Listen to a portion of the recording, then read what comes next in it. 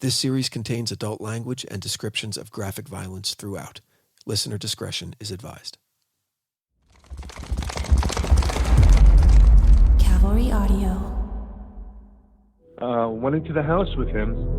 There were books on the floor that were on fire. They were satanic books that were set up in a circle in the living room. We started stamping it all out. He's screaming for his family. At that time, the younger son comes out of his bedroom, and Tom asked him if he saw his brother and his mother. And he said, yeah, I saw Tommy. He was covered in blood. He said he cut his hand, and Mommy was taking him to the hospital for stitches. So the little kid went back to bed, apparently. I said to the senior, there you go, he cut his hand, your wife's taking him to the hospital. And he's like, no, both the cars are here. So I said, well, let's check downstairs. Get halfway downstairs. Tom looks to his left, sees his wife, who's been murdered, and just turns around and starts running out of the house. In January of 1988, a small town in the woods of northern New Jersey was rocked by a night of terrible violence. This is the true account of the murder of Betty Ann Sullivan, a 37-year-old wife and mother of two. The brutal, ritualistic nature of Mrs. Sullivan's murder only begins to scratch the surface of this heinous crime.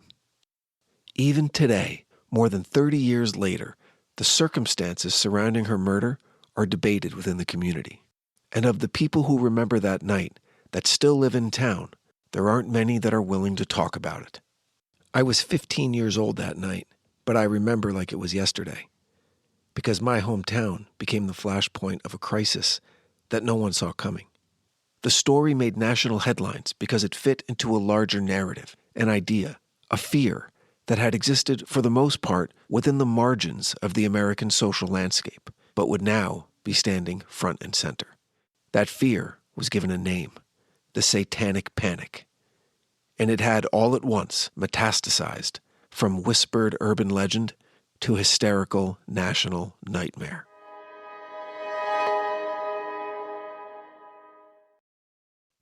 From Cavalry Audio, I'm Brandon Morgan, and this is The Devil Within.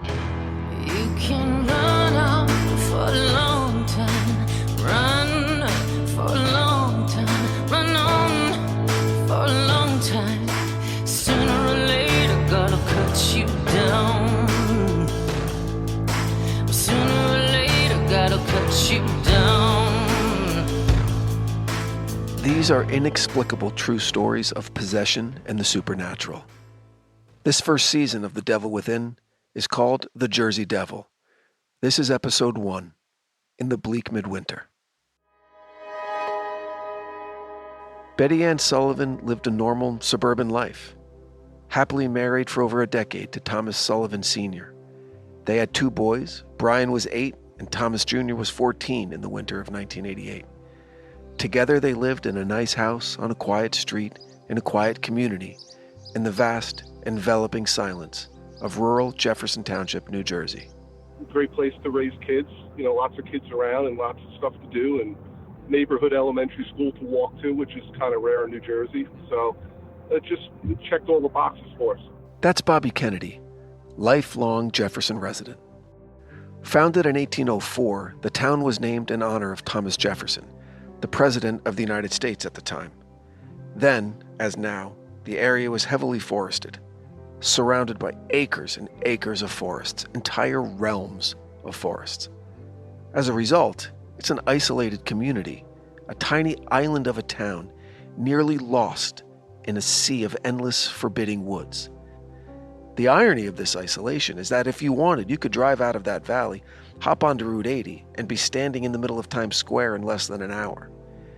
In the 3 decades since the murder of Betty Ann Sullivan, it's that combination of country living and the close proximity of New York City that has allowed Jefferson Township to grow into a desirable community for Manhattan rat racers who require a little breathing room. About half of Jefferson Township is made up of the small village of Milton. The other half consists of a sleepy lakeside community called Lake Apacon, named after the body of water it surrounds. Scholastically, the 2 sides of Jefferson Township were also separated due to geography until junior high. Then everyone was thrown together and left to figure out where you were going to stand and with whom. Jefferson's a real big town because it's split in half by a county park. So one side of the mountain is the Milton section, or Oak Ridge, and the other side is the Lake Apacon section. We've never interacted as kids. You know, we had our own elementary schools. The first time anybody ever met anybody was when we went into the middle school. And it was just always a weird dynamic that really didn't make any sense. Except for a small group of families, barely a handful from both sides of town, who sent their kids to the private Catholic schools, one town over in the well-to-do township of Sparta. Starting in 6th grade at Reverend Brown Middle School, and from grades 9 through 12 at Pope John High School, families who were either more well-off or more pious than their neighbors could have their kids bust over Sparta Mountain Road to study under the authority of the Archdiocese of New Jersey. The Sullivans were one of those families. They lived on the Milton side of town, were a notch or two above middle class, and were frequent churchgoers. The younger Sullivan boy, Brian, was a happy and curious 3rd grader at the local elementary school, while Tommy, the eldest, was a scholar athlete less than a year away from starting high school. Tommy's academic gifts were surpassed only by his prowess on the wrestling mat. And the administrators at Pope John High School couldn't wait to see this promising young man among their student body the following year. The fact that Tommy didn't attend the local middle school saddled him with a unique dichotomy of adolescent class distinction. He was a neighborhood kid, to be sure, but he was also the enemy when it came to school loyalties, especially athletics. If you were enrolled in Jefferson, you were a Falcon. That's the school mascot, and it's taken very seriously. All athletic teams wear the falcon as a symbol of strength and aggression. The Pope John mascot is a lion, prideful and noble. Historically, due to the deep pockets and the strong connections of the church, Reverend Brown and Pope John were able to recruit scholarship athletes that enabled them to field dominant teams across all youth sports, which resulted in fierce rivalries between them and every public school in the conference, including Jefferson. So not exactly an outcast, but in a town full of Falcons, Tommy was a lion.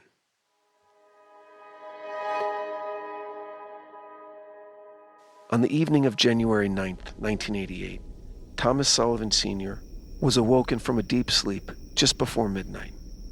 The smoke alarm in his hallway had been activated, and as you would hope, the ear-piercing squeal was more than enough to alert the house to a critical situation. Without noticing his wife hadn't come to bed, Mr. Sullivan left his bedroom to determine why the smoke alarm was going off. He immediately understood there to be a fire of unknown origin burning in his family room, contained primarily on his couch and the carpet surrounding it. The potential for the fire to spread was high, and he knew he needed some help. Thinking and moving quickly now, he raced back down the hall to wake his wife. It was then that he realized that she wasn't in bed. Mr. Sullivan then opened the door to Tommy's bedroom and found it empty. Although it was late, it was a Saturday night, and Mr. Sullivan knew that his neighbors across the street, the Eastmans, had college-aged kids who could be counted on to be up late on weekend nights, carousing around with their friends. In the 10 seconds it took to cross the snowy street to the Eastmans' front yard, Mr. Sullivan noticed something very strange. Strange, yet familiar. So familiar that it took him longer than it should have to process. He noticed his own car, running, yet slightly askew in the Eastman's driveway. A second glance, and he realized that his car had been backed into a bank of driven snow, left when the driveway had been plowed after a snowstorm the week earlier. The realization that took longer than it should have was this. Someone had stolen his car and almost immediately crashed it. Whoever it was must now be on foot. But for the moment, he needed help.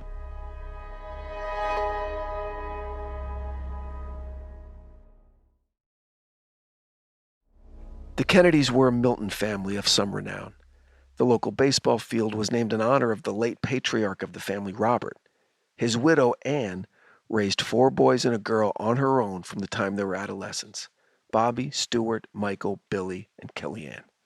They were Irish Catholic, New Jersey to the core, as loyal as they come. They were what we call good people, and that distinction, good people, was all you needed at that time and in that place to be considered a person in good standing. On this particular Saturday in January, 3 of the Kennedy boys, Bobby was 25, Stuart was 24, and Michael was 22. They left their family home on foot, continued along White Rock Boulevard for about half a block until they reached the home of their friend, Chris Eastman. The Eastmans was a frequent destination on a winter weekend night. No work the next day, no worries about drinking and driving, just a warm place to relax with your friends over a few beers. This is Stuart Kennedy, another of the siblings who played a role on the night in question.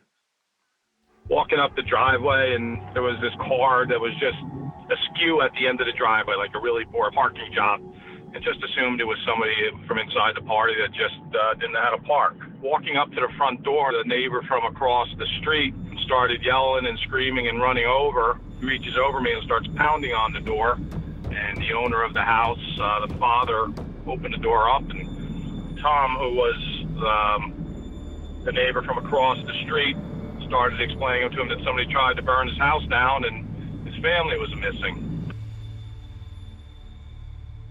The knocking on the door was very strange indeed. That usually meant trouble, or at least the police. In Jefferson, friends didn't knock. They just walked in and announced themselves. You rarely found a locked door. There was this understood promise of security virtually everywhere in town, at all times. It was as though the community simply wouldn't tolerate something so invasive as a break-in or a robbery. You could leave your bike on the front yard overnight, and it would be there the next morning. You could leave your doors unlocked. You could leave your windows unlocked. You could leave your doors open. The overall feeling in that community was this: you were safe here. So when the young men sitting around the table in the Eastman's kitchen heard a loud, anxious knock at the front door, they weren't sure what to expect. What they would soon be faced with would be impossible to imagine. Not there, not anywhere, not ever. "My house is on fire. I need help. I can't find my family." The young men heard this statement, considered the man at the front door, and took action. The oldest brother, Bobby, would stay in the house and call the fire department, while his brothers, Michael and Stuart, would assist Mr. Sullivan. They jogged back across the street, up the driveway, and to the front door. A quick decision was made that Stuart would stay with Mr. Sullivan and try to contain the fire, while Michael would go downstairs to look for the family. The fire in the family room proved relatively easy to extinguish. It seemed that most of the burned material had been newspapers and books. If they looked closer, Mr. Sullivan and Stuart would have realized that those materials were arranged in a specific pattern before they were ignited. Also, there was a specific subject matter that was consistent throughout the burning papers. But at least for now, the fire was out, and everyone could concentrate on finding the missing family members. This is Michael Kennedy, one of the younger siblings and the first civilian on the scene the night of the murder. Went into the house with him. There were books on the floor that were on fire. Were satanic books that were set up in a circle in the living room. We started stamping it all out. He's screaming for his family. At that time, the younger son comes out of his bedroom, and Tom asked him if he saw his brother and his mother. And he said, "Yeah, I saw Tommy. He was covered in blood. He said he cut his hand, and Mommy was taking him to the hospital for stitches." So the little kid went back to bed, apparently. I said to the senior, "There you go. He cut his hand. Your wife's taking him to the hospital." And he's like, "No, both the cars are here." So I said, "Well, let's check downstairs." Get halfway downstairs.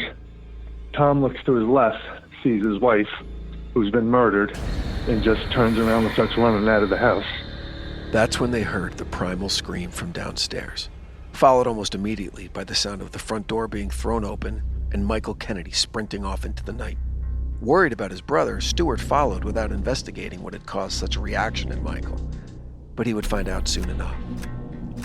We were outside waiting for the police, and I heard my brother Mike yelling and come running out the front door and do like an Olympic jump across the front yard. There was fresh snow on the ground. I don't think there were more than 3 footprints in the snow. Yelling at there was a dead body inside. Across the street and still on the phone with the fire department, Bobby wondered why his little brother was running home, seemingly scared out of his mind. Bobby would later remark that it seemed as though Michael covered the 60 or so yards from the Sullivan's lawn to his own in 3 giant leaps. Officer Bart McConnelly was less than a mile away when he got the call, but the snowy conditions slowed him down and it took him almost 10 minutes to arrive. It was the first 10:28 of his entire career, brief though it was. In fact, it was the first 1028 he could even remember hearing about in Jefferson, maybe ever. He asked dispatch to please repeat. 1028 was the New Jersey police code for murder. That can't be right, he thought. Then dispatch repeated and gave further details. A civilian on scene claims that a woman had been murdered in the Sullivan residence on White Rock Boulevard. So it took a good 10, 15 minutes for the police to show up. It was actually one of my brother's friends. My brother Stuart went into the house with him to help him search to see if they could find anybody. Amidst the chaos that erupted in the psyche of Officer McConley as he tried to process what he had just heard, and what the next 15 minutes of his life would reveal, Bart McConley retreated to an emotional place that he understood. He stopped being a cop for a second and became a local kid with a problem that needed his friends. Everybody started to get, anxious, nervous, like, there's a killer in the neighborhood. In Jefferson, the one thing that made the youth of the town strong, the thing that made them survivors, was their numbers. They knew they didn't have to go into danger alone. And if you were considered a friend by the Kennedy family, you had an army at your side. Bart McConley wanted backup, and he trusted the Kennedy boys more than the cops he worked with. When he made this clear that he wanted one of them to go with him, they laughed. "You're out of your mind, Bob," he said. "You have a gun, for Christ's sakes." "I know," he said, the realization seeming to be dawning on him in that moment. "It's just that every time we've ever had to go fight someone, Stuart always went first."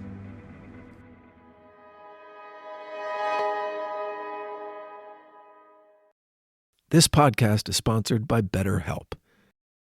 I've been a fan of therapy my entire adult life. For me, it's always a struggle with my family relationships. And every time I go back and check in, my life gets better, my relationships get better, and I'm an overall happier person. As soon as you get in touch with the professionals at BetterHelp, they assess your needs and they will match you with your own licensed professional therapist who you can start communicating with in less than 48 hours. Great therapeutic matches is what BetterHelp is committed to. BetterHelp wants you to start living a happier life today. Visit BetterHelp.com/devilwithin. That's better, H-E-L-P. And join the over 1 million people who have taken charge of their mental health with the help of an experienced professional. In fact, so many people have been using BetterHelp that they are recruiting additional counselors in all 50 states. Special offer for the Devil Within listeners. Get 10% off your first month at betterhelp.com/devilwithin. So I wanted to get a new game on my phone, and I decided to try out Best Fiends. First of all, it's free to download, which is incredible. And second, if you're like me, and if you've loved puzzle and strategy games your whole life, then you need to give Best Fiends a shot. It's different from the other puzzle games, because if you really want to succeed at it, you need to engage your brain. You need to see the whole board, strategize, and start making connections. I can't put it down. I'm approaching level 40. I'm in the middle of this super cool ice world. And since there's literally thousands of amazing puzzles to crack, I can't wait to see what's next. But I think what I love most about it is that I'm either able to relax and settle in for a long session with the game, or just clear a few quick levels while I'm waiting to pick up my kids from school. But either way, my brain feels engaged. Like some new synapses woke up and have started firing. It's a new obsession for me, and it'll be a new obsession for you. Download the 5-star rated puzzle game Best Fiends free today on the App Store or Google Play. That's friends without the R. Best Fiends.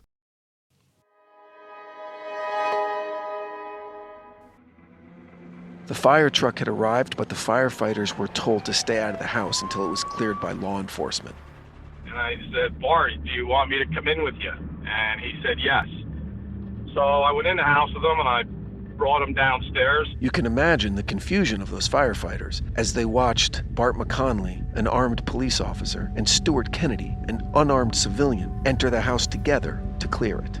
The acrid smell of smoke was still thick in the air as Stuart slowly descended the stairs, Officer McConley close behind him. As they rounded the corner into the downstairs family room, the first thing Stuart saw were Mrs. Sullivan's feet. As the rest of her body came into view, Stewart felt an unavoidable dry heave, as if his body were trying to expel everything that had been absorbed by his senses, especially the sight of the mangled remains of Betty Ann Sullivan. She had been hit in the head with a barbell. Her face had been carved up. Big pool of blood surrounding her head. At that time, Bart, asked me if I had searched the house. And again, I knew him from high school, and I basically said, fuck no, that's your job. And I ended up searching the house with him, with his gun pulled and me just behind him, right up until a point where he opened up a closet door and jumped behind it and left me standing in front of it. Thankfully, Officer McConnelly's training kicked in, and he was able to search the house without the assistance of any of the Kennedys. By this time, more police officers had shown up, a secure perimeter had been established, and the full weight of what happened in that house was beginning to sink in. Two main questions remained: who had viciously murdered Mrs. Sullivan, and what had become of her son, Tommy? By the time Detective Paul Hart arrived on the scene, the single-story gray house with the black shutters was awash in the manic blinking of police lights. The firefighters didn't have much to do. The fire was contained before it had spread out of the family room. Detective Hart was more concerned with the basement, where the dead body was. At this point, he knew two things. There was a mutilated body of a woman in her late 30s, presumably Betty Ann Sullivan, the woman of the house. And her son Tommy, a boy of 14, was missing. Detective Hart put out an immediate APB for Tommy. His working theory for the time being was that the boy had been kidnapped by the killer and was in grave danger. The only problem with this theory was that it conflicted with what his gut was telling him. The husband did it. But then there were some major problems with that theory as well. First of all, there wasn't a speck of blood anywhere on the man. And given the severity of the attack, he should be covered. And second, he wasn't acting like a guilty man. He'd gone for help. He was still speaking about his wife in the present tense. He was struggling with what he was going to tell his 8-year-old, and he seemed genuinely distraught. Now, it's true that all of these characteristics could be ascribed to an incredibly savvy criminal mind, but Mr. Sullivan seemed legit. Things just weren't adding up. It was early in the investigation, but it gave him an unsettling feeling that this case was going to get complicated. And that was before he saw the forensics report.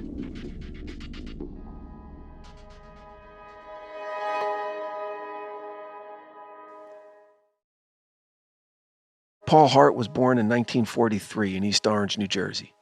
He joined the Army right out of high school. He flew helicopters in Vietnam, was honorably discharged when his tour was up. He went to school, got a degree in criminal justice, and when he found out that his young bride was pregnant with twins, he moved his family to a beautiful small town in the woods of northern New Jersey, where he began his career in law enforcement. He quickly rose through the ranks, and by the winter of 1988, he was the lead juvenile detective in Jefferson Township. For the year preceding the Sullivan case, Detective Hart had been investigating some troubling reports of incidents in the woods along the outskirts of town. Reports he couldn't really explain, but then he entered the Sullivan home on that wintry night. Detectives are trained to question everything. Everything they see, every witness statement, every piece of evidence. They do this in order to be able to dismiss certain pieces of evidence as fraudulent, immaterial, or otherwise irrelevant. Or they do this in order to find patterns, to make connections that fit into a larger narrative that points to a conclusion that demands a high level of confidence. The moment that Detective Hart saw the body of Betty Ann Sullivan, he started making connections. And then he examined and read a few of the burnt scraps of paper that were collected from the living room, and he understood even more. And then finally, in Tommy's bedroom, he found the note that would confirm his growing suspicions. Tommy Sullivan was in a kind of danger that no one would believe.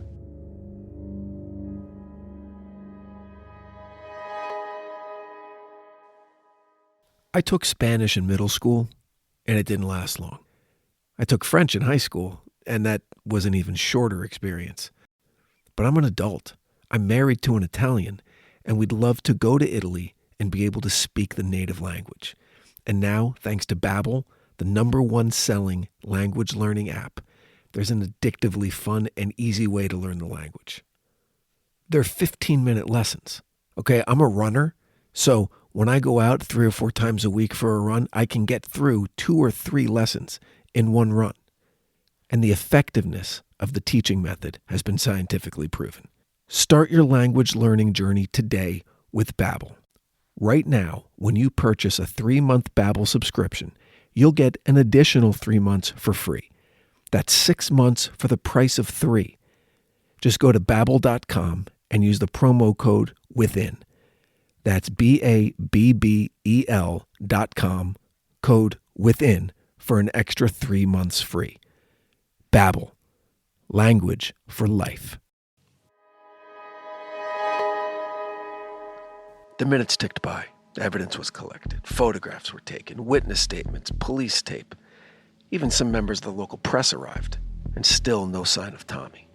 Mr. Sullivan and Brian were safe and warm in the police station under medical observation as teams of law enforcement and local volunteers searched the area for Tommy. By the next morning, with still no sign of the boy, Detective Hart was in his office going through the preliminary forensics report. It had been determined that the victim was attacked from behind, struck in the back of the head by a heavy object. The blow was enough to cause multiple skull fractures, severe brain trauma, and possibly death. The photos showed that the back half of her head had been caved in. A 25-pound dumbbell was found near the body, and closer inspection revealed blood from the victim, along with hair samples that Detective Hart was sure would be a match. Hart pictured the scene.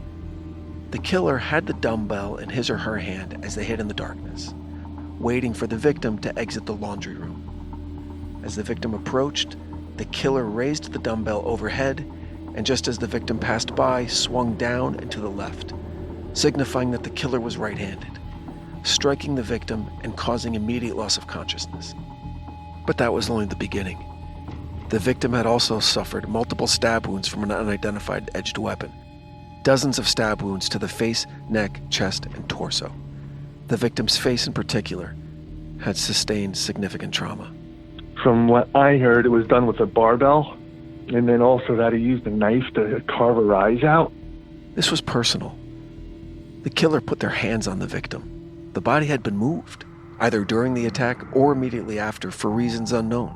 It had all the hallmarks of a crime of passion, and Detective Hart's instinct was leaning back towards the husband. Then on page 2 of the report, there was a piece of evidence that seemed to defy logic. It was a sleepless night for most of the homes on White Rock Boulevard, especially the Eastman home. Between the sirens and the flashing lights, the investigators and reporters asking questions, the cops searching his property, Mr. Eastman was looking forward to a quiet Sunday of playoff football. At least the snow had stopped, he thought. Standing at his kitchen sink, waiting for the coffee to brew as he gazed absent-mindedly into his backyard.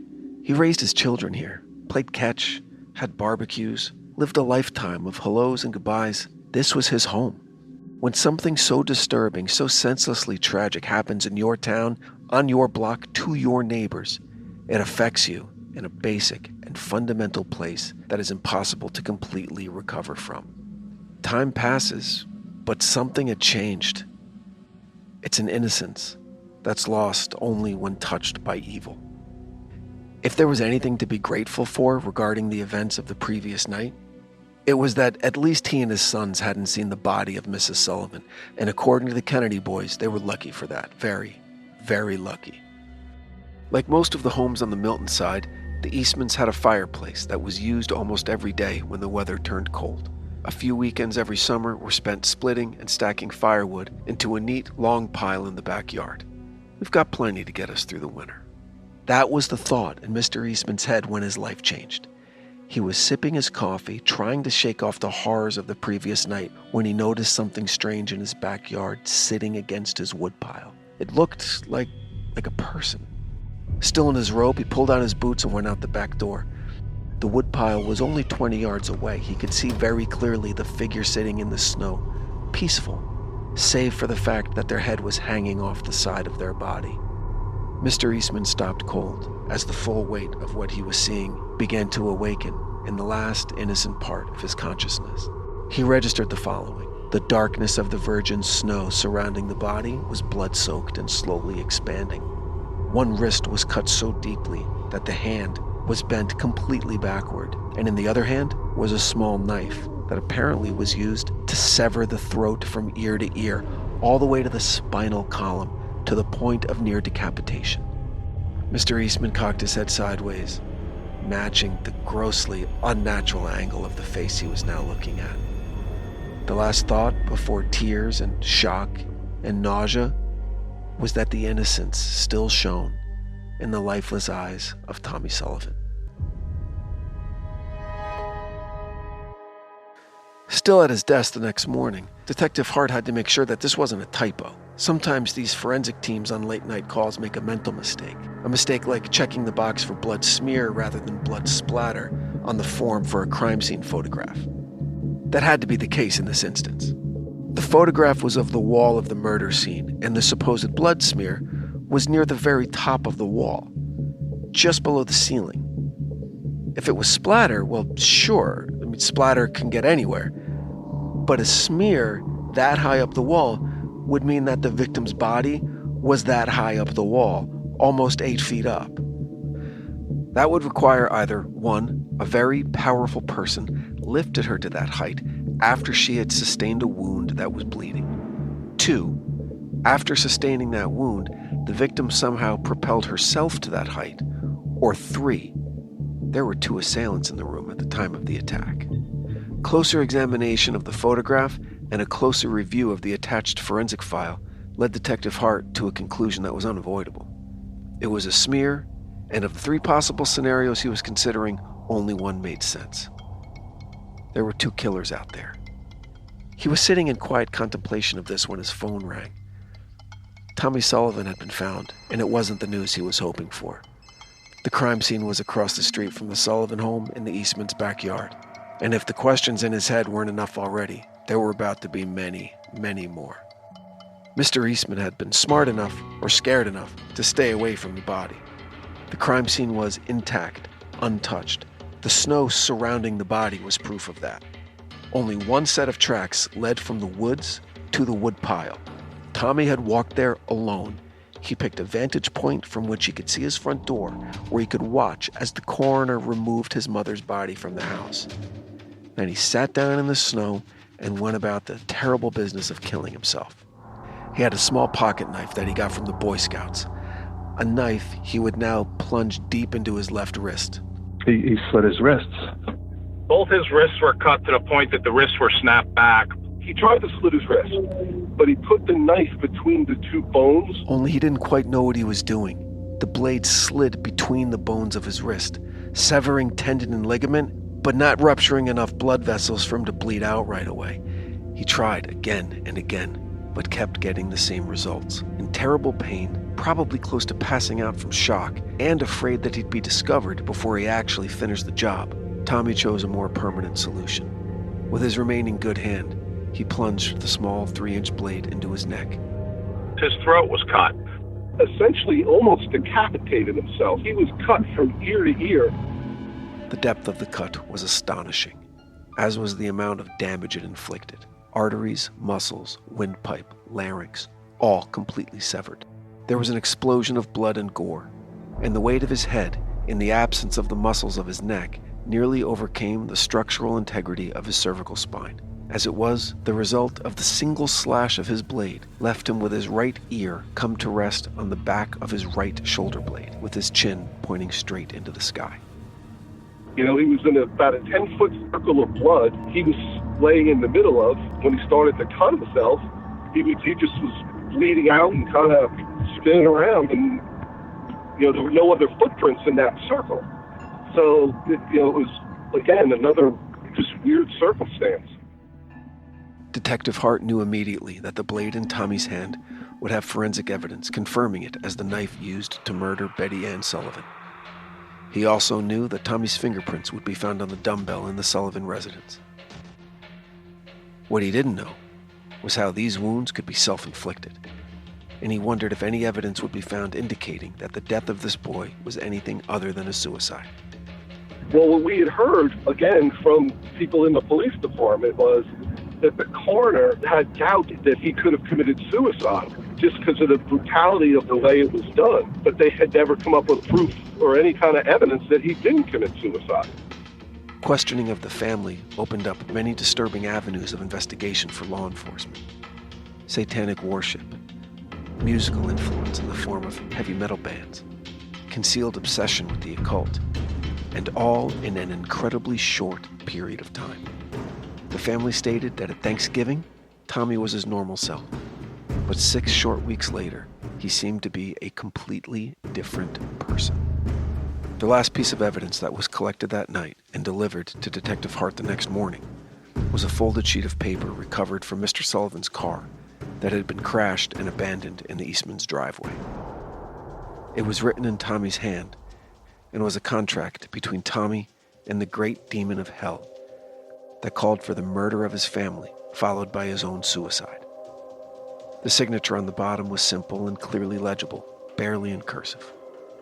The signature of a kid, a child really, who mere weeks prior was a well-adjusted boy of 14, a loving son and brother, a loyal friend and gifted student who was completely normal and well-adjusted in the way that all parents hope their children to be.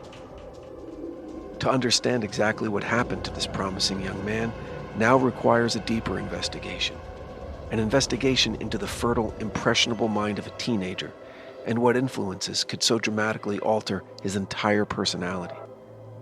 Were there signs that everyone missed? Could this have been prevented? And finally, is there any way for us to possibly know if there was something darker, something more sinister at play that led to a 14-year-old boy murdering his own mother and then taking his own life? A boy named Tommy Sullivan, who would come to be known by a new name, the Jersey Devil. Go tell that long-tongued preacher, go and tell that true believer, tell the river and the church, the gatekeeper, tell them the God's gonna cut them down. The Devil Within is a Cavalry Audio production, written and directed by Brandon Morgan. Original score by Monkey Mind Music Group. Original music by Bruce Whitkin. Executive produced by Keegan Rosenberger and Dana Brunetti. For Cavalry Audio, I'm Brandon Morgan.